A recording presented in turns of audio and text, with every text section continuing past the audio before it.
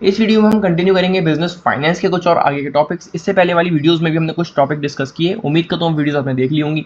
अगर आपने इससे पहले वाली वीडियोस नहीं देखी, जो भी टॉपिक्स हमने कवर किए वो आपने नहीं देखे, तो पहले आप उसको जाकर देखें, क्योंकि जब तक आप उन वीडियोस को नहीं देखेंगे, उन टॉपिक्स को नहीं समझेंगे, तब तक आपको आगे के टॉपिक समझ में नहीं आएंगे। ठीक है, तो चैनल पर एक प्लेलिस्ट बनी है बिजनेस फाइनेंस के नाम से, उस प्लेलिस्ट में जाकर आप उन वीडियोस को देख सकते हैं। ठीक है, वीडियो को पॉज करो, पहले वो सारी वीडियोस देखो, जो भी एक दो वीडियोस आई है इससे पहले, दो तीन वीडियोस जो भी हैं। ठीक है, उन टॉपिक्स को अच्छे से समझो, तब यहाँ पर आओ और तभी आप इन टॉपिक्स को अच्छे से समझ पाओगे। राइट, तो बढ़ते हैं आगे। इंपॉर्टेंट टॉपिक्स हैं हमारे, जो भी टॉपिक्स हम इस वीडियो में कवर करने वाले हैं। ठीक है, तो इंपॉर्टेंट टॉपिक्स रहने वाले हैं, अच्छे टॉपिक्स हैं और एग्जाम में भी पूछे जाएंगे। कितने मार्क्स में पूछे जाएंगे, किस तरीके से पूछे जाएंगे, वो हम आगे बात कर रहे होंगे। फिलहाल बात करते हैं सबसे पहले टॉपिक की, जो कि है मीनिंग ऑफ फाइनेंशियल प्लानिंग। ठीक है, अभी तक हमने बिजनेस फाइनेंस जाना, उसके ऑब्जेक्टिव्स, इंपॉर्टेंस, लिमिटेशन, सब चीज़ें अभी तक जानी थी हमने। ठीक है, अब एक टॉपिक हमारा आता है फाइनेंशियल प्लानिंग, कि फाइनेंशियल प्लानिंग होती क्या है, वो हम यहाँ पर जानना है। फाइनेंशियल प्लानिंग बेसिकली जो भी हमारे पास फाइनेंसेस है, जो भी हमारे पास मनी है, फंड्स हैं, उनकी प्लानिंग हमें करनी है। ठीक है, तो वही हमारी फाइनेंशियल प्लानिंग है। अब वो क्या होती है, थोड़ा इसको समझते हैं, पढ़ते हुए और समझते हुए चलते हैं। Financial planning is the foundation of growth and expansion of any business. Financial planning क्या है, जो भी हमारे बिजनेस की आगे ग्रोथ या फिर एक्सपेंशन होगी, कोई भी बिजनेस हो सकता है, उसकी फाउंडेशन। ठीक है, एक बेस। तो हमारे पास जो भी फंड्स आने वाले हैं, ठीक है, जो भी हम कहीं से कैपिटल लाएंगे, कहीं से बोरो करेंगे, ठीक है, तो उन फाइनेंसेस को हम किस तरीके से इस्तेमाल करेंगे, क्या कहाँ कहाँ हमें इस्तेमाल करने हैं, हमें सारी वो प्लानिंग करनी पड़ेगी, तो उसी को हम फाइनेंशियल प्लानिंग बोलते हैं। ठीक है, और उसी पे डिपेंड करेगी हमारे बिजनेस की ग्रोथ और expansion. Right, therefore it is necessary that financial planning should be prepared with great care, experience and foresight, because business goals can be achieved only when financial planning is strong and flexible. तो ये कह रहे हैं कि इसीलिए ये बहुत ज़्यादा ज़रूरी है कि जो आप फाइनेंशियल प्लानिंग करोगे, वो आप करो, उसकी प्लानिंग पूरी प्रिपेयर करो, उसको बहुत अच्छे से, ग्रेट केयर के साथ, एक्सपीरियंस के साथ। ठीक है, फोर साइड प्लानिंग आपकी रहनी चाहिए। फोर साइड क्या है, आगे का सोचते हुए हम प्लान करें। ठीक है, ऐसा नहीं कि हम सिर्फ प्रेजेंट का सोच रहे हैं कि अभी मेरे पास इतने फंड्स हैं, मैं इन एक्टिविटीज़ में वो सारा रुपया अपना लगा देता हूँ, आगे की मैं कुछ सोच ही नहीं रहा। हमें फ्यूचर को ध्यान में रखते हुए फाइनेंशियल प्लानिंग करनी है, because business goals can be achieved only when financial planning is strong and flexible. क्योंकि जो बिजनेस के गोल्स हैं, जो भी हमारे ऑब्जेक्टिव्स हैं, जिस ऑब्जेक्टिव को ध्यान में रखते हुए हमने उस बिजनेस को सेटअप किया है, वो तभी सक्सेसफुल हो पाएगा, वो ऑब्जेक्टिव सब तभी अचीव हो पाएंगे जब हमारी फाइनेंशियल प्लानिंग स्ट्रॉन्ग और फ्लेक्सिबल होगी। तो ठीक है, तो ये हमारा फाइनेंशियल प्लानिंग का मीनिंग हो गया। आगे और भी चीज़ है। The basic principle of financial planning should B that on the one hand sufficient finance should be available for business activities, and on other hand the funds received can be utilized profitably। एक basic principle है जिस पर financial planning हमारी काम करती है, वो क्या होना चाहिए और क्या होता है। ठीक है, एक तरफ हमारे पास सारे फाइनेंसेस अवेलेबल रहें हमारी जितनी भी बिजनेस एक्टिविटीज़ हैं उनको करने के लिए। ठीक है, और दूसरे ही तरफ जो भी फंड्स हमें रिसीव हुए हैं उनको हम प्रॉफिटेबली यूटिलाइज करें। प्रॉफिटेबली यानी कि इस तरीके से यूटिलाइज करें कि हमें कोई नुकसान भी ना हो, और जहाँ भी हमने वो रुपये लगाया उससे हमें प्रॉफिट हो जाए। ठीक है, तो सिंपल सी चीज़ थी। फाइनेंशियल प्लानिंग क्या है, जो भी हमारे पास फाइनेंसेस हैं उनकी प्लानिंग करना, उसको हमें किस तरीके से इस्तेमाल करना है। ठीक है, वो एक बेस हो गया हमारे पूरे बिजनेस का, हमारे बिजनेस का फ्यूचर उस पर डिपेंड करेगा। ठीक है, तो ये हमारी फाइनेंशियल प्लानिंग हो गई। एक बेसिक सा प्रिंसिपल हमने यहाँ पर जान लिया फाइनेंशियल प्लानिंग का, कि जब भी हमें फाइनेंसेस की नीड होगी, हमारे पास वो रुपए होने चाहिए, और एक तरफ जैसे हमें फंड रिसीव हुआ, हमने उसको एकदम से प्रॉफिटेबली यूटिलाइज कर लिया। ठीक है, तो ये हमारा मीनिंग हो गया फाइनेंशियल प्लानिंग का। उम्मीद करता हूँ आपको समझ में आ गया होगा। आगे बढ़ते हैं अगले टॉपिक की तरफ, जो कि है chief characteristics of a sound financial plan. अभी जो हमने अभी मीनिंग जाना फाइनेंशियल प्लानिंग का, अब फाइनेंशियल प्लानिंग में एक फाइनेंशियल प्लान हमारा बनेगा। ठीक है, एक फाइनेंशियल प्लान बनेगा, तो हमसे कहा जा रहा है कि क्या वो कैरेक्टरिस्टिक्स, क्या वो फीचर्स होने चाहिए जो एक फाइनेंशियल प्लान को बहुत अच्छा बना सकते हैं, कि ये सब चीज़ें हमारे उस फाइनेंशियल प्लान में होनी चाहिए, या फिर कह सकता है कि इस तरीके से हमारा वो फाइनेंशियल प्लान होना चाहिए। क्वेश्चन किसी भी तरीके से आपसे पूछ सकते हैं, सीधा सीधा क्वेश्चन आ सकता है, what are the chief characteristics of a sound financial plan. Sound का यहाँ पर मतलब ये है कि एक अच्छा फाइनेंशियल प्लान वो कब होगा, क्या क्या चीज़ें उसमें हो कि वो एक अच्छा फाइनेंशियल प्लान कहलाए, है ना।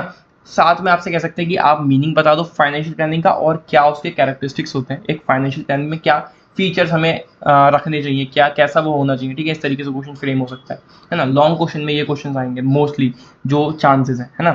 तो सबसे पहला जो हमारा फीचर है एक अच्छे फाइनेंशियल प्लान का, वो है सिंप्लिसिटी। जो भी हमारी फाइनेंशियल प्लानिंग होगी उसको हम बहुत सिंपल तरीके से करें, जो हमने प्लान प्रिपेयर किया है उसको हम बहुत सिंपल रखें। सिंपल इसलिए क्योंकि जितना ईजी हम उसकी प्लानिंग रखेंगे, उतना ही ईजिली हम उसको इंप्लीमेंट भी कर पाएंगे। ठीक है, थोड़ा इसको पढ़ते हैं। Simplicity means that financial planning should be such that it can encourage investors to invest in the business. तो सिंप्लिसिटी का यहाँ पर मतलब है कि जो हमारा फाइनेंशियल प्लान है वो इतना इस तरीके से होना चाहिए, इतना सिंपल होना चाहिए कि जो इन्वेस्टर्स हैं वो इजीली उसको समझ सकें और बिजनेस में इन्वेस्ट कर सकें। If this happens the necessary finance will be easily available to the business. तो अगर ऐसा होगा, अगर वो ईजी हम रखते हैं, उसको सिंपल रखते हैं, तो इन्वेस्टर बहुत ईजिली उसको समझ पाएंगे। सिंपलिसिटी उसको देखते हुए बहुत अच्छे से, जो फालतू की चीज़ें होंगी उनको इग्नोर करते हुए, क्योंकि हमें उसमें लिखना ही नहीं है कुछ भी, हमें सीधा पॉइंट टू पॉइंट बात करनी है कि हमारे बिजनेस के ये ऑब्जेक्टिव्स हैं, हमें ये इतने समय में ये चीज़ अचीव करनी है।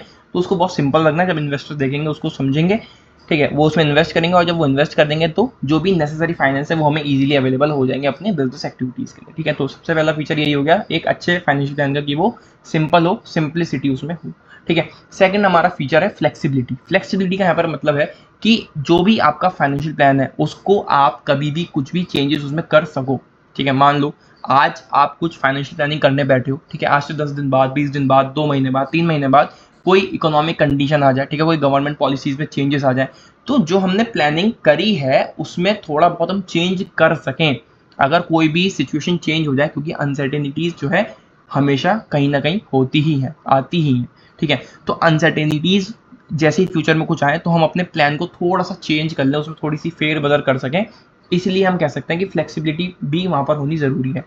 Financial planning should be flexible, that is it can be change according to the changes in economic conditions and government policies. तो उसको हम समय के साथ चेंज भी कर सकें अगर कोई हालात चेंज होते हैं तो। The financial plan of business should include a balance portion of equity shares, preference shares and debentures, and there should be adequate provision for making changes in it, ठीक है। वहाँ पे एडिक्वेट प्रोविजन भी होने चाहिए कि हम उसमें कुछ भी चेंजेस अगर करना चाहें फ्यूचर तो कर सकें, ठीक है। और उसमें बैलेंस्ड पोर्शन में equity share, preference share, debentures, ये सब चीज़ें होनी चाहिए, ठीक है। तो ये हमारी सेकंड फीचर हो गया एक साउंड फाइनेंशियल प्लान का, राइट। थर्ड हम फीचर की बात करें कि क्या हो फाइनेंशियल प्लान में जो वो अच्छा हम उसको कह सकें, वो है फोरसाइट। फोरसाइट मैंने आपको अभी थोड़ी देर पहले ही बताया, हम फ्यूचर की सोचते हुए प्लानिंग करेंगे, फ्यूचर के बारे में सोचते हुए प्लानिंग करेंगे कि फ्यूचर में ये कंडीशन आ सकती है, फ्यूचर में ये प्रॉब्लम आ सकती है, फ्यूचर में ऐसा हो सकता है, फ्यूचर में वो चीज़ हो सकती है, ठीक है। तो वो सब चीज़ें सोचते हुए ही हम प्लानिंग करेंगे, है ना।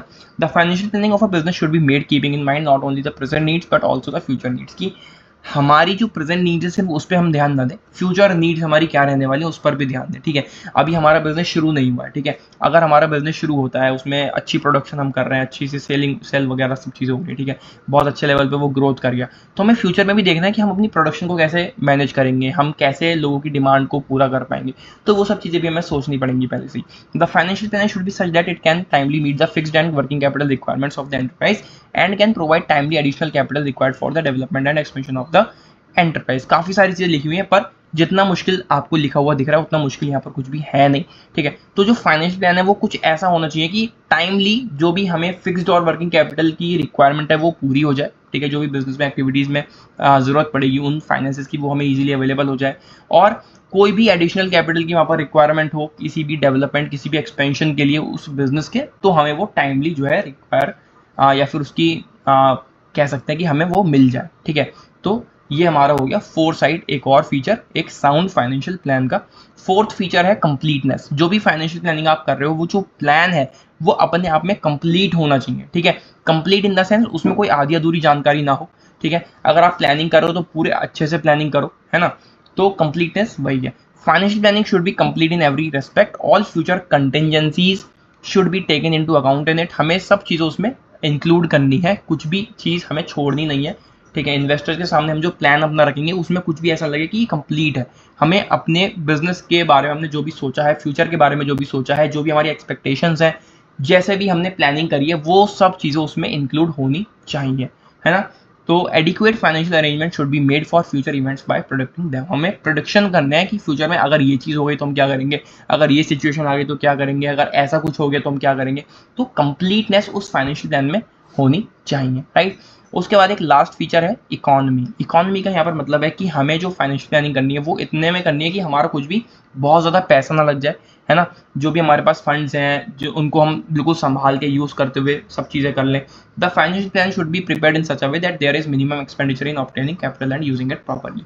तो हमें वहाँ पे कोई भी ऐसे बहुत ज़्यादा खर्चे वर्चे नहीं करना है, ठीक है। उस प्लानिंग में हमें कुछ ऐसा नहीं करना है, और जो हम प्लान बना रहे हैं उसमें आगे जो भी हमारे पास फाइनेंसेस हैं यूज जो हम करेंगे फ्यूचर में, उनको हमें कुछ भी गलत तरीके से इस्तेमाल नहीं करना है, बहुत लिमिट में रहकर अच्छे से हमें उसको यूटिलाइज करना है, ठीक है। तो इकोनॉमी भी यहाँ पर है हमारा एक पॉइंट, ठीक है। तो ये कुछ फीचर्स हैं जो एक फाइनेंशियल प्लान को बहुत ज़्यादा अच्छा बना सकते हैं, और ये फीचर्स होने चाहिए एक फाइनेंशियल प्लान में, तब वो एक साउंड फाइनेंशियल प्लान कहलाएगा, ठीक है। तो जब आप फाइनेंशियल प्लानिंग कर रहे हो, फाइनेंशियल प्लानिंग में ऑब्वियस सी बात है आप एक फाइनेंशियल प्लान प्रिपेयर करोगे, तो उस फाइनेंशियल प्लान में ये सब चीज़ें होनी चाहिए, वो सिंपल होना चाहिए, फ्लेक्सिबल होना चाहिए, फोरसाइटेडनेस उसमें होनी चाहिए, कंप्लीट होना चाहिए, और इकोनॉमी भी एक पॉइंट वहाँ पर आप रखोगे कि कम से कम खर्चे में हम सारी चीज़ें वहाँ पर कर लें, ठीक है। तो ये कुछ फीचर्स हो गए। आगे बढ़ते हैं अगले टॉपिक की तरफ। वीडियो थोड़ी सी लंबी हो सकती है पर उसकी कोई ऐसी दिक्कत नहीं है ना। तो एक और हमारा इंपॉर्टेंट टॉपिक आता है यहाँ पर, प्रोसीजर ऑफ फाइनेंशियल प्लानिंग। जो पूरी फाइनेंशियल प्लानिंग आप कर रहे हो, उसका पूरा प्रोसेस, उसकी पूरी वर्किंग, ठीक है, वो हमारा प्रोसीजर है, राइट। तो प्रोसीजर पे आते हैं, फाइनेंशियल प्लानिंग में क्या क्या चीज़ें रहती हैं, क्या स्टेप बाय स्टेप चीज़ें रहती हैं, वो हम यहाँ पर जानेंगे। सबसे पहला जो हमारा प्रोसेस आता है, सबसे नंबर 1 स्टेप आता है फाइनेंशियल प्लानिंग का, वो है डिटरमाइनिंग फाइनेंशियल गोल्स। बोले तो जो भी हमारे फाइनेंशियल गोल्स हैं उनके बारे में हमें सोचना है। हमने बिजनेस शुरू करा, ठीक है, आगे हम क्या एक्सपेक्ट कर रहे हैं अपने बिजनेस से, आगे हम क्या एक्सपेक्ट कर रहे हैं कि हमारे जो फाइनेंशियल गोल्स रहने चाहिए, वो हमारे पहले स्टेप में आ गए कि हमें सब चीज़ें सोचनी ही पड़ेंगी, ठीक है। थोड़ा पढ़ते हैं, समझते हुए चलते हैं। To make an effective financial plan, first of all long term and short term financial goals of the enterprise should be decided. पहले आपको सोचना है कि मेरे क्या लॉन्ग टर्म गोल्स रहेंगे, फाइनेंशियल गोल्स रहेंगे, और क्या शॉर्ट टर्म गोल्स रहेंगे। शॉर्ट टर्म गोल्स बोले तो बहुत कम समय तक के वो गोल्स हो गए, ठीक है। लॉन्ग टर्म की हम बात करें तो लंबे समय में हम क्या सोच रहे हैं अपने बिजनेस से अचीव करने का, ये फिर फाइनेंशियल गोल्स हमारे क्या है, लंबे समय के और कम समय के, है ना। तो वो सब चीज़ें हमें पहले से डिसाइड करनी पड़ेंगी। Short term objective should be fixed in such a way that they are helpful in achieving long term objectives. तो जो भी हमारे मतलब ऑब्जेक्टिव्स हैं, शॉर्ट टर्म हो चाहे वो लॉन्ग टर्म हो, हम उनको ईजिली अचीव कर पाएँ, है ना। जो हमारे शॉर्ट टर्म ऑब्जेक्टिव्स हैं वो लंबे समय तक चल पाएँ, जो हमारे लॉन्ग टर्म ऑब्जेक्टिव्स हैं वो इस तरीके से हो कि हम उनको अचीव भी कर पाएँ, सिर्फ सोचना नहीं है ना। The objective should be clear and defined so that they can act as guidelines for the officer and the work of the organisation can be conducted efficiently. तो जो भी हमारे ऑब्जेक्टिव्स रहेंगे वो बिल्कुल क्लियर और डिफाइनेड होने चाहिए। क्लियर और डिफाइनेड मतलब कि बिल्कुल हमें पता हो कि यही चीज़ होनी है, उसमें किसी भी तरह का डाउट, किसी भी तरह की कंफ्यूजन ना रहे, ठीक है। क्लियर हो, डिफाइनाइड हो, जिससे कि जो भी बिजनेस के अंदर पूरा मैनेजमेंट है वो उनको देखे और इजीली, एफिशिएंटली, इफेक्टिवली सब चीज़ें कर पाए। The long term financial objective should be to make maximum efficient and economical use of the means of production so that value of its asset can be maximised. और जो ये long term financial objective रहेंगे वो भी maximum होने चाहिए, efficient हो, economical हो, जिससे कि जो भी मीन्स ऑफ प्रोडक्शन है उनकी वैल्यू है और जो एसेट्स की वैल्यू है वो मैक्सिमाइज हो सके। तो यहाँ पर सबसे पहले पॉइंट को अगर हम निचोड़ के बिल्कुल समझें तो हमें यहाँ पर अपने फाइनेंशियल गोल्स के बारे में सोचना है, डिसाइड करना है क्या क्या चीज़ें हम एक्सपेक्ट कर रहे हैं, क्या क्या चीज़ें आने वाले समय में हमें रखनी है वहाँ पर। तो वो हमारा नंबर 1 स्टेप है, डिटरमाइनिंग फाइनेंशियल गोल्स, ठीक है। बहुत सारी चीज़ें यहाँ पर लिखी हैं, इसको आप शॉर्ट करके भी अगर लिखना चाहो तो लिख सकते हो। मैंने थोड़ा ज़्यादा यहाँ पर इसलिए आपको दिया है जिससे कि यहाँ से आपको पॉइंट जो भी ईजी लगे वो आप अपने हिसाब से लिख सको, ठीक है। वैसे पूरा ही पॉइंट ईजी है पर अगर आपको थोड़ा बहुत छोटा करना है तो आप इसको कर सकते हो, राइट। बात करते हैं नंबर 2 जो हमारा स्टेप आता है प्रोसीजर ऑफ फाइनेंशियल प्लानिंग में, वो है फॉर्मुलेशन ऑफ फाइनेंशियल पॉलिसीज। अब हमें कुछ फाइनेंशियल पॉलिसीज प्रिपेयर करनी है, ठीक है, यानी कि रूल्स क्या रहेंगे, रेगुलेशंस क्या रहेंगे, ठीक है। जो भी हम फाइनेंशियल प्लानिंग कर रहे हैं उसको, सब चीज़ों को करते समय क्या क्या चीज़ें हमें ध्यान में रखनी है, वो सब चीज़ें हमें प्रिपेयर करनी है। These policies guide the officers engaged in receipt, utilisation and control of fund so that financial targets can be achieve. तो ये जो पॉलिसीज रहेंगी, पॉलिसीज यानी कि रूल्स रेगुलेशन, ये गाइड करेंगी उन ऑफिसर्स को जो भी एंगेज है receipt, utilisation, control of funds में, ठीक है, जो फंड्स को कंट्रोल कर रहे हैं, यूटिलाइजेशन में लगे हुए हैं, ठीक है, जिससे कि जो फाइनेंशियल टारगेट्स हैं वो अचीव हो पाए। Financial policies should be determined at the highest level of management. तो ये जो फाइनेंशियल पॉलिसीज है इनको कौन डिसाइड करता है, कौन इनको बनाता है, हाईएस्ट लेवल ऑफ मैनेजमेंट, ठीक है। जो अपर लेवल मैनेजमेंट हो गया वो इनको प्रिपेयर करेगा और नीचे वाला जो पूरा मैनेजमेंट है, मिडिल और लोअर, वो इसको फॉलो करेगा, लोअर, ठीक है।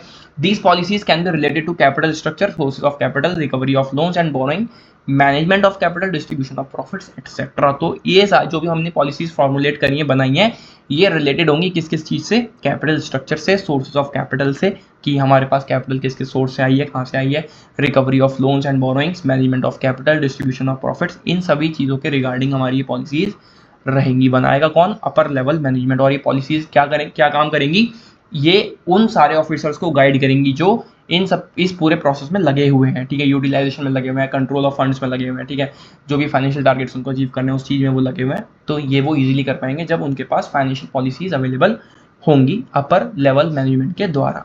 ठीक है। नंबर थर्ड स्टेप हमारा आता है डेवलपमेंट ऑफ फाइनेंशियल प्रोसीजर्स। अब हमें फाइनेंशियल प्रोसीजर्स प्रिपेयर करने हैं। Financial procedures is nothing but a document जिसमें सब चीजें लिखी होंगी, एक डिटेल्ड प्रोसीजर लिखा होगा जिसमें सारे रूल्स रेगुलेशंस लिखे होंगे, उसको हम कहते हैं फाइनेंशियल प्रोसीजर। ठीक है, एक ऐसा डॉक्यूमेंट जिसमें सब चीजें रिटर्न होंगी। हमने ऊपर अपर लेवल मैनेजमेंट ने वो फॉर्मुलेट करी फाइनेंशियल पॉलिसी, सब चीजें सोची कैसे कैसे क्या क्या रूल्स रेगुलेशन हमें रखना है, और फिर एक फाइनेंशियल प्रोसीजर उन्होंने प्रिपेयर कर दिया जो एक डॉक्यूमेंट ही आप समझ लो जो सारे पूरे बिजनेस में बट गया कि भैया ये सारे रूल्स रेगुलेशंस हैं, इनको देखो समझो और काम पे लग जाओ। For the implementation of financial policies की इम्प्लीमेंटेशन के लिए it is necessary to determine detailed procedures in which all the rules and regulations are described. With this, subordinate employee will know what work they have to do and in what manner.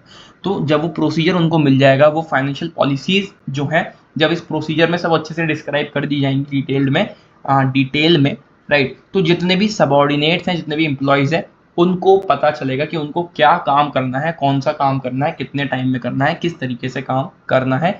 This increase the efficiency of employees and can bring coordination in their work. तो इससे जो है employees की efficiency भी बढ़ेगी और वो coordination के साथ काम कर पाएंगे और अल्टीमेटली जो बिजनेस है उसकी एफिशिएंसी बढ़नी शुरू हो जाएगी। ठीक है, उसकी ग्रोथ होनी शुरू हो जाएगी जब वो अकॉर्डिंगली काम करेंगे तब।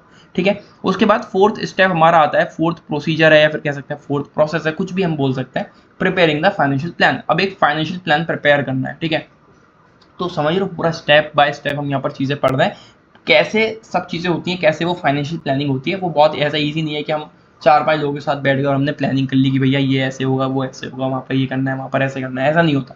ठीक है, वहाँ पर पूरा स्टेप बाय स्टेप चीजें रहती हैं। तो फोर्थ हमारा स्टेप आके प्रिपेयरिंग द फाइनेंशियल प्लान। अब हम यहाँ पर फाइनेंशियल प्लान पूरा प्रिपेयर करेंगे। In this process the total estimated amount of capital is determined which is called capitalisation. यहाँ पर हमारी जो मेन जो हमारा पॉइंट आता है वो यहीं पर आता है कि जो भी हमने पॉलिसीज फ्रेम करी हैं, जो भी हमने प्रोसीजर्स बनाए हैं, जो भी हमारे गोल्स हैं, फाइनेंशियल गोल्स हैं, उनको करने के लिए अब हमें कितनी कैपिटल की नीड होगी। ठीक है, कितनी कैपिटल की नीड होगी वो यहाँ पर हमारा मेन पॉइंट आ जाता है फाइनेंशियल प्लान की प्रिपेयरिंग, है ना। ठीक है, तो एस्टिमेटेड अमाउंट कितना है, कितनी कैपिटल हमें नीड है उन सारी एक्टिविटीज को करने के लिए, वो उसको हम बोलते हैं capitalisation. After estimating the amount of capital, the sources of obtaining capital and how much capital is to be obtained from which of those sources is called capital structure.